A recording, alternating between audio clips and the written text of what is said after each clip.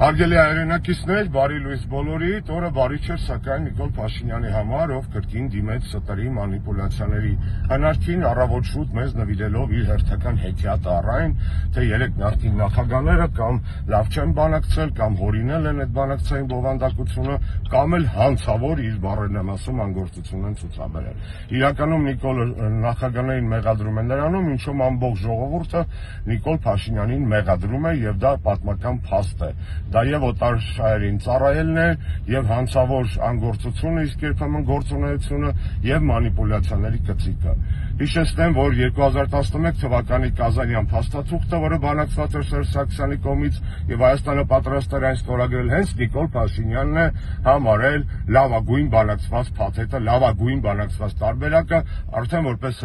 ոչ բարով վարչապետ ազգային ժողովի ամբիոնից։ Ինչ վերաբերում է, որ հարցը ձգձգվում է դե լուծեիք, ապա օրինակ բերեմ ձեզ, Իսրայելի այսօրվա վարչապետը կարա ասի 80 տարի հարցը չեք լուծել Պաղեստինի, ես հանձնվում եմ, կամ Կիպրոսի ժողովուրդը կարա ասի, որ 52 տարի է այդ հարցը չի լուծվել, մենք հանձնվում ենք։ Նախագահները լուծում էին այդ հարցը, ուժեղացնելով բանակը եւ Հայաստանի դիրքերը ամրացնելով բանակցային սեղանին, այն ինչ քանդեց հետո Նիկոլ Փաշինյանը։ Չխաբվեք Նիկոլի ստերին, լավ շաբաթ բոլորիս։